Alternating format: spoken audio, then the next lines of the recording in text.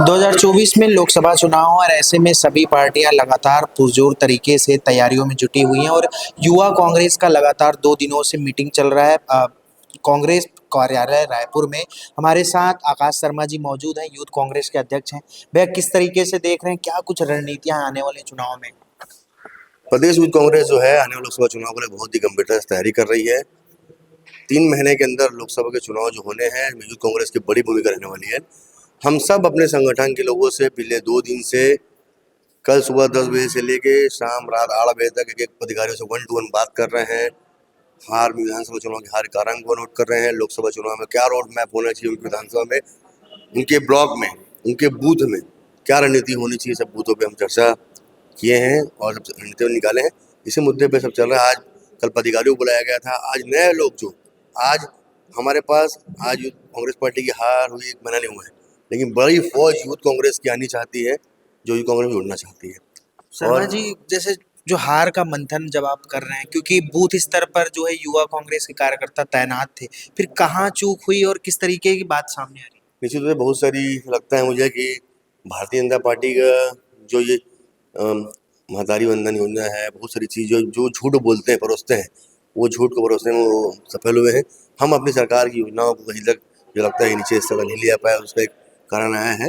लेकिन ऐसा है कि कांग्रेस के लोग, ये सब सिपाही जो है राहुल गांधी के सिपाही है। ये सबको अगर संगठन में जगह मिला है तो राहुल गांधी के कारण मिला है। एक सामान्य व्यक्ति को राहुल गांधी जी ने ही नेता बनाने का काम किया है। उसका परिणाम दिख रहा है कि यूथ जो है अब चार्ज है लोकसभा चुनाव को लेकर। और बेरोजगारी, जिस मुद्दे पे नरेंद्र मोदी की सरकार बनी थी, जिस मुद्दे पे नरेंद्र मोदी जी सत्ता में आए थे, युवाओं को रोजगार बहुत हुई, बेरोजगारी की बार अब की बार मोदी सरकार मना रहा था। तो हम भी अब रोजगार के मुद्दे को लेकर युवा के पास जाएंगे और पूछेंगे कि 15 सालों में कितना लोगों को रोजगार मिला, कितने लोगों ने काम किया था। उसे मुद्दों को लेकर काम चलेगा। अच्छा, अभी जो 2024 में ही चुनाव होना है और 22 जनवरी को अयोध्या में प्राण प्रतिष्ठा है, तो कहीं न कहीं आपको नहीं लगता इसका प्रभाव जो है भारत की जनता कहीं न कहीं मोदीमय और राममय होती हुई नज़र आ रही है? देखिए, मैं इस बारे में कहता हूँ कि धर्म का राजनीतिकरण करने का काम भारतीय जनता पार्टी का पुराना एजेंडा रहा है। आज से भारतीय जनता पार्टी ने एक देश के लिए कोई काम नहीं किया, केवल धर्म की राजनीति की है।